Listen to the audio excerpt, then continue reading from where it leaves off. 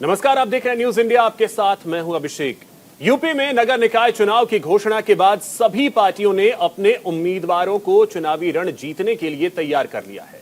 प्रत्याशी अपने अपने वादों और दावों के साथ जनता के बीच जा रहे हैं और अपने पक्ष में मतदान करने की अपील कर रहे हैं। बता दें कि 4 मई और 11 मई को मतदान होंगे, जबकि नतीजे 13 मई को घोषित किए जाएंगे। नगर निकाय चुनाव के बाद सीधे लोकसभा के चुनाव होंगे। ऐसे में इन चुनाव को 2024 का सेमीफाइनल माना जा रहा है। ऐसे में यह देखना दिलचस्प होगा कि नगर निकाय चुनाव में कौन सी पार्टी जनता का विश्वास जीतने में कामयाब होती है और कौन सी जनाधार पाने में विफल रहती है।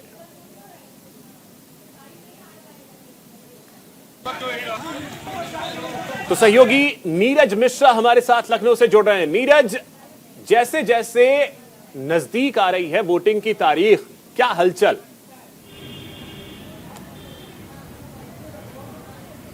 जी देखिए, नगर निकाय चुनाव का जो बिगुल है वो बज चुका है और तमाम राजनीतिक दल इस समय लगातार रैलियों को संबोधित कर रहे हैं, तमाम छोटी छोटी सभाएं कर रहे हैं। और अगर भारतीय जनता पार्टी की बात करें तो मुख्यमंत्री योगी आदित्यनाथ लगातार सक्रिय हैं। अब तक उन्होंने 9 बड़ी सभाएं करी हैं और आज मथुरा, आगरा, इसके अलावा और भी तमाम जगह उनके कार्यक्रम लगे हुए थे। तो वहीं अगर हम दूसरे दलों की बात करें तो अभी वो मैदान पर नहीं नजर आ रहे। हाँ, सोशल साइट्स पर जरूर तमाम और दल हैं वो दिखाई दे रहे हैं, लेकिन मैदान पर अभी वो दिखाई नहीं दे रहे हैं। जबकि उत्तर प्रदेश के मुख्यमंत्री योगी आदित्यनाथ लगातार रैलियां कर रहे हैं। अभी कांग्रेस की बात करें तो कांग्रेस ने आज से प्रचार अभियान की शुरुआत की बात कही थी, लेकिन अभी ऐसा कुछ दिखा नहीं। इसके अलावा जो तमाम दल हैं उनके बड़े नेता अभी तक न तो उन्होंने रैली की और न ही किसी तरह का संबोधन उन्होंने दिया। भारतीय जनता पार्टी इस चुनाव को विधानसभा और लोकसभा की तर्ज पर लड़ रही है, जिससे कि 2024 की जो राह है उसके लिए वो आसान हो जाए। कोई कसर जमीनी हकीकत पार्टियां नहीं छोड़ना चाहती, लेकिन भारतीय जनता पार्टी इस चुनाव को जमीनी हकीकत क्या लग रही है? क्योंकि देखिए, कुछ खबरें ऐसी भी आई, एक चीज, कुछ खबरें ऐसी भी आई कि कई ऐसे वार्ड्स हैं जहां पे बसपा, जो कि प्रमुख पार्टी है उत्तर प्रदेश की, वहां पे स्थिति ऐसी रही है कि कई वार्डों में उन्हें कैंडिडेट तक नहीं मिले हैं। तो अब ऐसे में मुकाबला किन के बीच? बीजेपी और सपा डायरेक्ट ये मान लिया जाए, या इसमें बसपा भी कहीं है और आम आदमी पार्टी जो इस बार मैदान में है उसके क्या स्थिति इस समय देखने को मिल रहा है? जी देखिए, इस समय भारतीय जनता पार्टी और अन्य का मुकाबला है, अगर हम साफ तौर पर बात करें, क्योंकि अभी सिर्फ मैदान पर भारतीय जनता पार्टी दिख रही है। और जो अन्य दलों के जो लीडर्स हैं, आप देखिए रोज वो पार्टी बदल रहे हैं, यानी कि उनके जिन कैंडिडेट्स को टिकट मिला है वो भी पार्टी छोड़कर इस समय भारतीय जनता पार्टी ज्वाइन कर रहे हैं, क्योंकि उन्हें पता है कि आने वाले वक्त में स्थिति क्या हो सकती है। और शायद इसीलिए बहुत ज्यादा प्रचार अन्य दलों का नहीं देखा जा रहा है। ट्विटर, फेसबुक या फिर सोशल साइट्स पर ही ज्यादातर अभी तक जो प्रचार देखा गया है, जो विपक्ष के दल है। और वहीं आप भारतीय जनता पार्टी की बात देखिए कि मुख्यमंत्री योगी आदित्यनाथ लगातार कमान संभाले हुए हैं। इसके अलावा दोनों डिप्टी सीएम लगातार रैलियां कर रहे हैं। तमाम कैबिनेट मंत्री, उनको प्रभार दिया गया है कि अपने अपने क्षेत्र में जाएं। चलिए, बिल्कुल, तो बीजेपी ने पूरा जोर लगाया हुआ है। अन्य दलों के जो और नेता हैं, तो बीजेपी ने पूरा जोर लगा रखा है नगर निकाय के जो चुनाव हो रहे हैं उसे लेकर के। फिलहाल बहुत शुक्रिया आपका तमाम जानकारी के लिए।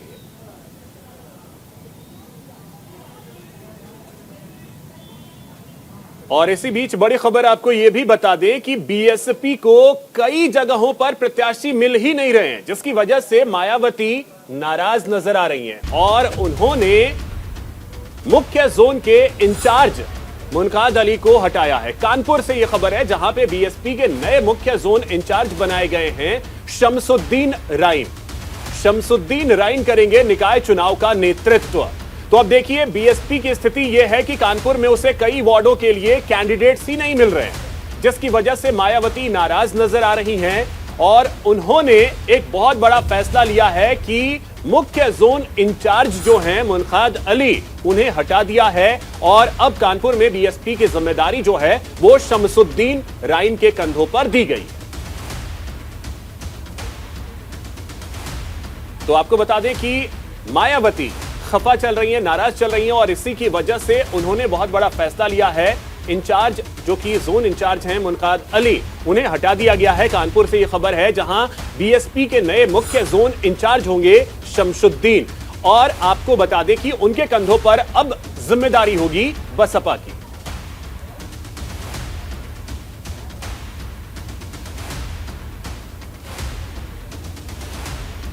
तो इसी खबर पे अधिक जानकारी के साथ सहयोगी अली शरर हमारे साथ जुड़ गए। अली, ये क्या स्थिति है कि आज के डेट में बसपा को कैंडिडेट्स नहीं मिल रहे हैं? देखिए अभिषेक, बिल्कुल आपको बता दें, बीएसपी सुप्रीमो मायावती ने आज सुबह ये निर्णय लिया कि वो मुनकाद अली, जो कि प्रदेश अध्यक्ष रहे हैं पूर्व में और कद्दावर नेता कहलाते हैं बसपा के, फिलहाल उनसे जो कानपुर जोन है वो छीन लिया गया है। यानी कि शमशुद्दीन राइन, जो कि अभी हाल ही में कई सारे जोन के प्रभारी बनाए गए, उनके हाथ में डोर दी गई है, क्योंकि कानपुर पूरे क्षेत्र से कोई प्रत्याशी मैदान में आने के लिए तैयार नहीं था। और इसी से नाराज होते हुए बीएसपी सुप्रीमो मायावती ने निर्णय लिया कि उन्हें, जो उनके कद्दावर नेता हैं उनकी पार्टी के मुनकाद अली, उन्हें फिलहाल जोन से हटा दिया गया है। तो ये माना जा रहा है, क्योंकि जो भारतीय जनता पार्टी की लोकप्रियता बढ़ रही है, उसके मद्देनजर तमाम पार्टियां अपने अपने प्रत्याशियों को उतार कर ये चाहती हैं कि हर हाल में उनके गली मोहल्लों के, क्योंकि चुनाव कहलाते हैं, नगर निकाय चुनाव जो है वो सभासद चुन के आते हैं, उसके बाद बाकायदा नगर पालिका चुनी जाती है। तो उसी के चलते हुए निर्णय लिया गया है और ये माना जा रहा है कि अब किसी तरह से भी भारतीय जनता पार्टी को हराने के लिए जो दल हैं वो एकजुट होते जा रहे हैं। चलिए, बहुत शुक्रिया अली आपका तमाम जानकारी के लिए। और इसी बीच एक और बड़ी खबर आपको बता दें, अपने गृह नगर पहुंचे हैं डिप्टी सीएम हेलीकॉप्टर से, और ब्रजेश पाठक ने समाजवादी पार्टी पर जमकर निशाना साधा। उन्होंने कहा कि समाजवादी पार्टी की सरकार में गुंडाई और अराजकता के काम हुए हैं। हमने सभी शहरों को बेहतर से बेहतर सुविधा देने का काम किया है। देश में मोदी और प्रदेश में योगी के नेतृत्व में बेहतर काम किया गया है।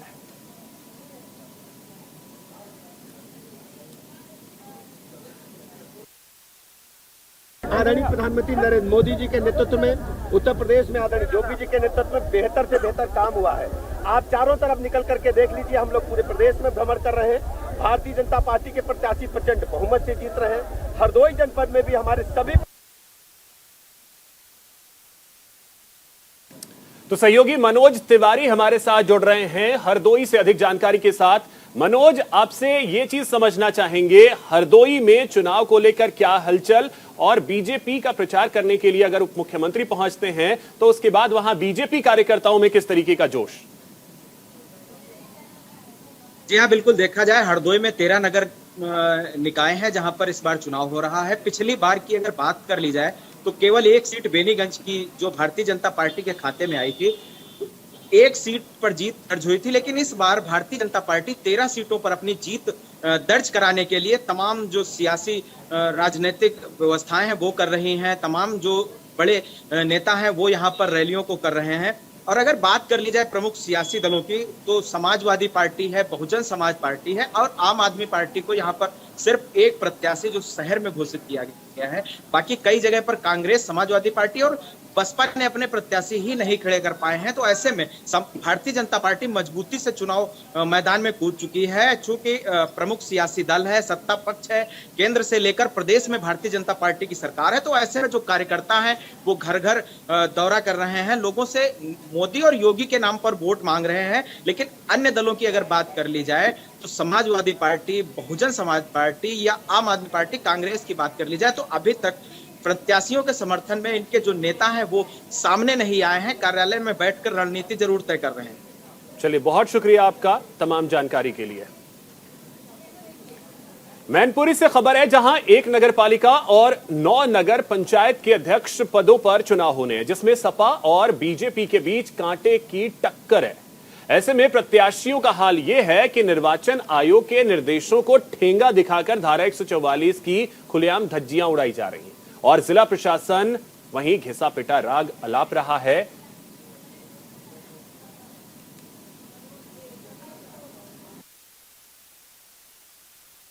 ये सभी राजनीतिक दलों की बैठक करके प्रारंभ में और उसके बाद निर्वाचन अधिकारियों के द्वारा भी अपने अपने स्तर से बैठक करके सभी उम्मीदवारों को ये बिल्कुल स्पष्ट कर दिया गया है कि राज्य निर्वाचन आयोग की जो गाइडलाइन है उसके अनुसार आदर्श आचार संहिता का अनुपालन सभी राजनीतिक दलों को और प्रत्याशियों को करना है। उसमें प्रचार करने के लिए जो गाइडलाइन में मानक निर्धारित किए गए हैं उसमें बहुत स्पष्ट है कि किसी भी राजकीय भवन, शासकीय भवन या सरकार के द्वारा संचालित किसी।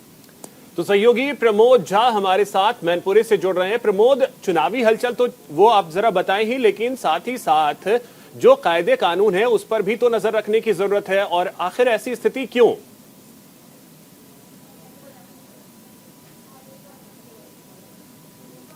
प्रमोद, आवाज मिल रही है आपको मेरी? हाँ, अब मिल रही है सर। जी जी प्रमोद, आपसे ये समझना चाहेंगे चुनाव को लेकर के जो हलचल है वो तो आप बताएं, लेकिन साथ ही ये भी जो नियम है, जो कायदे कानून है, उसकी पालना भी तो जरूरी है।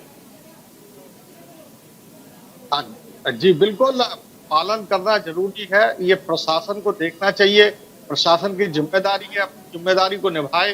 हालांकि प्रशासन चारों तरफ जा रहा है, लेकिन प्रत्याशी हैं, कभी उनके समर्थक हैं, किसी तरह से पुट वगैरह लगा देते हैं जहां ये सब नहीं लगाना चाहिए, और जब प्रशासन जाता है तो उन्हें फिर हटवाता भी है।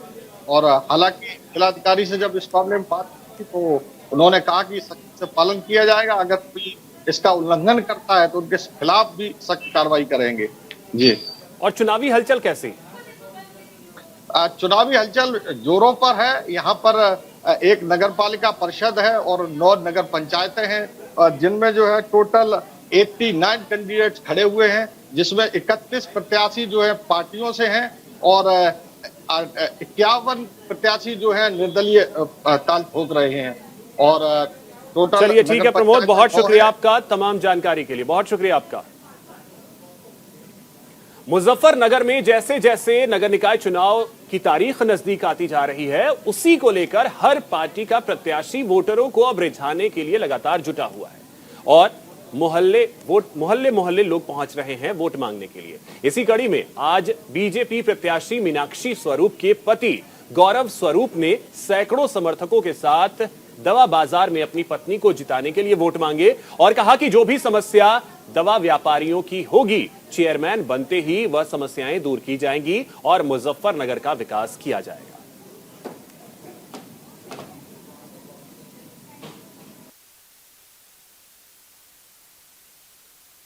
आज हम जिला परिषद मार्केट में यहाँ डोर टू डोर कर रहे हैं और मेरे साथ यहाँ के अध्यक्ष चौहान साहब, आदरणीय प्रमोद मित्तल जी और रुपेश गुप्ता जी और बहुत सारे जितने भी हमारे भाई साहब, सब लोग एसोसिएशन के सभी, मतलब पूरे सभी, मेरे ख्याल में हम लोग एक पूरे जिला परिषद मार्केट का भारतीय जनता पार्टी की प्रत्याशी को समर्थन है। और चुनाव में एक ऐसी लहर है कि कोई विपक्ष नहीं रहा है और मैं तो पहले ही कह रहा था कि मोदी जी का नारा है कि कांग्रेस मुक्त भारत दें और मैंने यहाँ पे सपा मुक्त मुजफ्फरनगर देने की, और आप देख भी रहे हैं किस प्रकार से पार्टी छोड़ रहे हैं। मेरा यही कहना है कि हम अपने विकास के लिए, नगर के सौंदर्यकरण के लिए, नगर के में काम करने के लिए भारतीय जनता पार्टी के प्रत्याशी को वोट दें। तो देखिए, मुजफ्फरनगर में बीजेपी ने पूरा जोर लगा रखा है, प्रत्याशी कैंपेनिंग कर रहे हैं और दवा बाजार में प्रत्याशी वोट मांगते नजर आए। सहयोगी पवन हमारे साथ मुजफ्फरनगर से जुड़ रहे हैं। पवन, मुजफ्फरनगर की स्थिति अगर आप समझा पाएं, क्या स्थिति वहां है? बीजेपी, सपा, बसपा, कांग्रेस, क्या स्थिति वहां? अभिषेक, मैं आपको बता दूं, जनपद मुजफ्फरनगर के अंदर मेन 4 पार्टियों का वर्चस्व है, बसपा, भाजपा, सपा, कांग्रेस। भाजपा से मीनाक्षी स्वरूप मैदान में है, बसपा से रोशन जहाज मैदान में है और कांग्रेस से बिल्किस चौधरी और समाजवादी पार्टी से लवली शर्मा है। टक्कर जो है वो आमने सामने की समाजवादी पार्टी लवली शर्मा और चेयरमैन बीजेपी प्रत्याशी मीनाक्षी स्वरूप के आमने सामने की टक्कर है। ये दोनों बड़ी पार्टियां इस टाइम मुजफ्फरनगर के अंदर जबरदस्त कन्वेंसिंग कर रही है और लोग उनको तवज्जो भी दे रहे हैं। अभिषेक, लगातार मुजफ्फरनगर के अंदर 10 साल से कांग्रेस पार्टी की यहाँ चेयरमैन रही है। उससे पहले पुरुष सीट थी, तब वो चेयरमैन पंकज अग्रवाल रहे थे, एक ही परिवार के थे। उसके बाद उनकी चाची अंजू अग्रवाल कांग्रेस से नगर पालिका चेयरमैन बनी थी, लेकिन उन पर भ्रष्टाचार के आरोप लगते रहे हैं। 5 साल के कार्यकाल में उन्होंने 2 साल के बाद बीजेपी ज्वाइन भी कर ली थी, लेकिन बीजेपी में भ्रष्टाचार के आरोपों के चलते उन्हें वो जगह नहीं मिल पाई और सिटिंग चेयरमैन होने के बावजूद उनका टिकट कटा, उन्हें टिकट नहीं मिला। वहीं मुजफ्फरनगर के अंदर एक बड़ा वैश्य समाज का परिवार है, उद्योगपति है और ये जो आबकारी मंत्री नितिन अग्रवाल और नरेश अग्रवाल उनके रिश्तेदार हैं। चलिए ठीक है पवन, बहुत शुक्रिया आपका तमाम जानकारी के लिए। तो नगर निकाय चुनाव के शंखनाद होने के बाद तमाम पार्टियां चुनावी रंग में आ चुकी हैं। प्रत्याशी वादों और मुद्दों के साथ जनता के बीच घर घर जाकर संपर्क कर रहे हैं।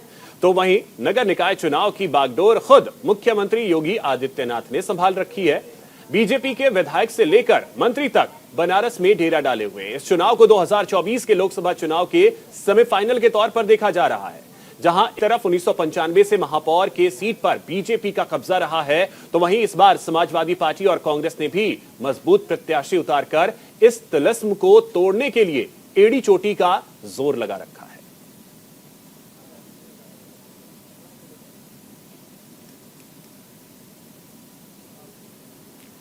तो सहयोगी मदन मोहन हमारे साथ जुड़ गए हैं अधिक जानकारी के साथ। मदन, वाराणसी में किस तरीके की हलचल देखने को मिल रही है? जी अभिषेक, बिल्कुल ये बताना चाहूंगा जिस तरह से नगर निकाय का चुनाव है, और नगर निकाय का चुनाव जो है जैसे ही योगी आदित्यनाथ यहाँ पे वाराणसी में आए थे वो इसी समय जो उन्होंने शंखनाद कर दिया था। इस समय आप तस्वीरों में देख सकते हैं कि तमाम कैबिनेट मंत्री जो है और कहा जाए जिला मंत्री है, भारतीय जनता पार्टी के तमाम पदाधिकारी जो है यहाँ पे जो भारतीय जनता पार्टी के जो प्रत्याशी है उनके प्रचार में जो है निकले। इस समय हमारे साथ में कैबिनेट मंत्री अनिल राजभर जी है, सीधे उनसे बात कर लेते हैं। सर, नगर निकाय का चुनाव किस तरह से आप देख रहे हैं? एक तरफा जिस तरह का माहौल बना है और जिस तरह का समर्थन जनता का हम लोगों को मिल रहा है, मैं कह सकता हूं कि निकाय के चुनाव पर भारतीय जनता पार्टी का एक तरफा कब्जा होने जा रहा है। और चाहे निगम हो, चाहे नई नगर पंचायतों का भी गठन काफी हम लोगों ने किया है, नगर पालिका परिषदों का हम लोगों ने विस्तार भी किया है, जो दशकों पुरानी मांग थी जनता की। निगम का भी विस्तार किया, नगर पालिका परिषद का भी विस्तार किया, नई नगर पंचायतों का भी गठन किया और एक सर्वांगीण विकास की परिकल्पना के साथ उत्तर प्रदेश की सरकार ने यहाँ की जनता की सेवा की है। और चलिए ठीक है मदन, तो ये हलचल देखने को मिल रही है, प्रत्याशी अपने अपने लिए वोट मांग रहे हैं। बहुत शुक्रिया आपका तमाम जानकारी के लिए। निकाय चुनाव की सरगर्मी और मौसम का तालमेल, जहां एक तरफ उम्मीदवारों का पसीना निकालता दिख रहा है, तो वहीं गोंडा जिला प्रशासन और पुलिस प्रशासन ने चुनाव के दृष्टिगत सभी तैयारियां पूरी कर ली। गोंडा के जिला अधिकारी डॉक्टर उज्जवल कुमार ने बताया कि संवेदनशील बूथों को चिन्हित करने के साथ ही अग्रिम कार्रवाई भी की जा रही है और इस बार राज्य निर्वाचन आयोग के निर्देश पर महिलाओं के लिए 10 पिंक पोलिंग बूथ बनाए जा रहे हैं। बता दें कि गोंडा के नगर निकाय चुनाव में कुल 2,62,389 मतदाता मतदान करेंगे, जिसको लेकर 323 पोलिंग बूथ और 141 मतदान केंद्र बनाए गए।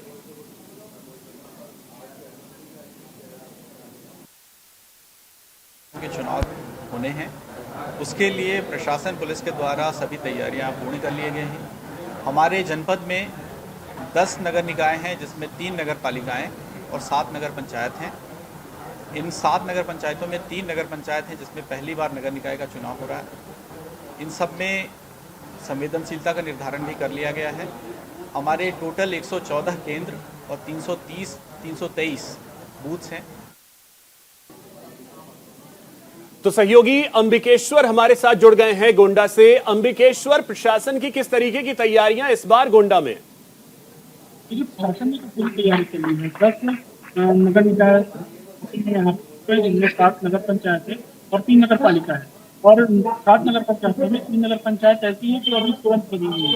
यहाँ पर चुनावी हलचल और राजनीतिक धरपकड़, राजनीतिक पावर के कारण यहाँ पर कई जो चीजें हैं वो संवेदनशील और अति संवेदनशील है। वहाँ पर RAF भी लगाई गई है और साथ साथ वहाँ पर वीडियो जो स्ट्रीमिंग होगी वो लगातार की जाती रहेगी। यहाँ पर जो हम सब चलिए, तो यानी कि चुनावी हलचल गोंडा में तेज होती जा रही है। बहुत शुक्रिया आपका अंबिकेश्वर तमाम जानकारी के लिए। नगर निकाय चुनाव के बिगुल के बाद लगातार सत्ता और विपक्ष के लोगों में जुबानी तकरार अब तेज हो चुकी है। अखिलेश यादव के गाजियाबाद में बीजेपी पर वार के बाद आज लोनी में कैबिनेट मंत्री कपिल देव अग्रवाल ने जमकर समाजवादी पार्टी को निशाने पर लिया और कहा कि हमारी सरकार ने अतीक को सजा तक पहुंचाया, मगर अखिलेश यादव ने अतीक को ही मरवा डाला।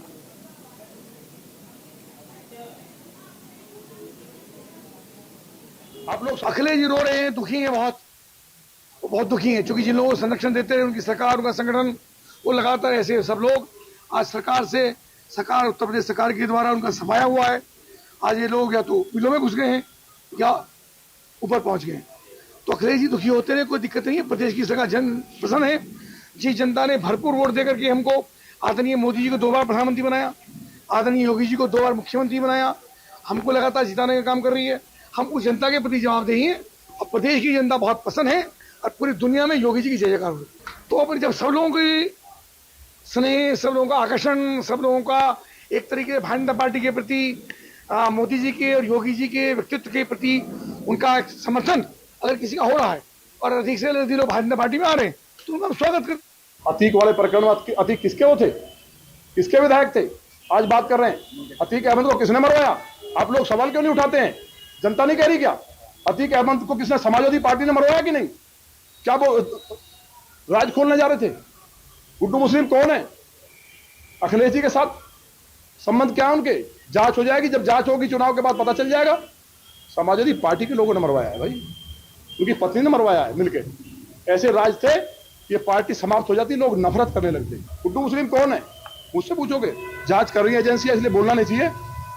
समाजवादी पार्टी तो स्पष्ट हो गया भाई, समाजवादी पार्टी ने अपने राज ना खुले उसके लिए उनकी हत्या करा दी। हमने तो सजा कर दी थी उम्र कैद की। हम कानून में विश्वास रखने वाले आदमी हैं। पुलिस मारती तो हम समर्थन करते हैं, लेकिन उनको जो मरवाया गया इसका जब भंडाफोड़ होगा कोई व्यक्ति वोट देगा इनको? ये सोच रहे हैं कि इस अतीक का मर्डर करा के वोट ले लेंगे। तो सहयोगी हैदर अली हमारे साथ जुड़ रहे हैं गाजियाबाद से। हैदर, अब ऐसा लग रहा है कि निकाय चुनाव में अतीक एक मुद्दा बन गया है। बिल्कुल अभिषेक, अगर बात की जाए तो 2 दिन पहले ही जब अखिलेश यादव गाजियाबाद आए थे कल, तो उन्होंने भी खासकर भी अतीक को लेकर तमंचे की बात कही थी, बीजेपी को घेरने का काम किया तमंचे को लेकर। और आज यही वजह है कि जब कपिल देव अग्रवाल यहाँ पर गाजियाबाद आए हुए थे तो उन्होंने अखिलेश यादव पर तंज कसते हुए उन पर आरोप लगाए। मौजूदा लोनी के विधायक है नंदकिशोर गुर्जर, उन्होंने इन पर आरोप लगाए हैं कि ये समाजवादी पार्टी के अतीक अहमद थे, इन्होंने ही इनको मरवाया। तो कहीं ना कहीं अभिषेक अगर देखा जाए तो महापौर के चुनाव में खासकर भी ऐसा नहीं हुआ करता था। मुद्दों पर बात की जाती थी, गली मोहल्ले खड़ंजे की बात की जाती थी, विकास की बात की जाती थी। लेकिन अब जो है, जो बड़े नेता है, जो बड़े बड़े पार्टी के नेता है, वो खासकर भी जवानी जंग जिनकी जो चल रही है वो बड़े मुद्दों पर लेकर चल रही है। तो कहीं ना कहीं ये बुलाने की कोशिश कर रहे हैं। अखिलेश यादव हो चाहे बीजेपी के बड़े नेता हो, अब जुबानी जंग जो जारी हुई तो खासतौर पर जाहिर है कि बड़े मुद्दे बनाकर, क्योंकि छोटे मुद्दे इनके पास है नहीं, तो बड़े मुद्दे बनाने के बाद ये सत्ता हासिल करना चाह रहे हैं। क्योंकि मेन मोटिव जो है अभिषेक वो 2024 का चुनाव है, क्योंकि सब चाहते हैं कि यहाँ से चुनाव जीतने के बाद 2024 का चुनाव जो है उनके लिए गली मोहल्ले से आसानी हो जाएगा। चलिए, बहुत शुक्रिया हैदर आपका तमाम जानकारी के लिए। इसी के साथ इस खास कार्यक्रम में इतना ही। नमस्कार।